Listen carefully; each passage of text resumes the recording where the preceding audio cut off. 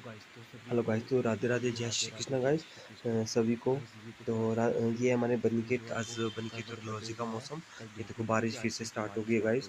तो सभी अपने घर में बैठे रहें, बिना काम के इधर उधर ना जाएं। बहुत ज़्यादा लैंडस्लाइडिंग हो रही है गाइस, तो सभी अपना अपना ध्यान रखें। और मौसम है इधर-उधर ना जाए तो ठीक है, क्योंकि ये है चंबा, डलहौजी, बनखेत का वेदर। जो कल धूप निकली थी, आज फिर से मौसम जो ख़राब हो गया है, बारिश लग पड़ी है गाइस। तो घर पे ही बैठे रहें और अपनी सेहत का ध्यान रखें। और तब तक के लिए राधे राधे, जय श्री कृष्णा। बताना गाइस कि कौन-कौन से शहर में कैसा मौसम है, बारिश लगी है या धूप कहीं निकली है या नहीं निकली है।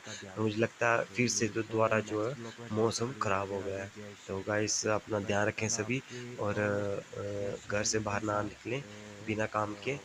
और अपने बच्चों का, फैमिली का, सभी का ध्यान रखें। मिलता हूँ नेक्स्ट ब्लॉग में, तब तक के लिए राधे राधे, जय श्री कृष्णा।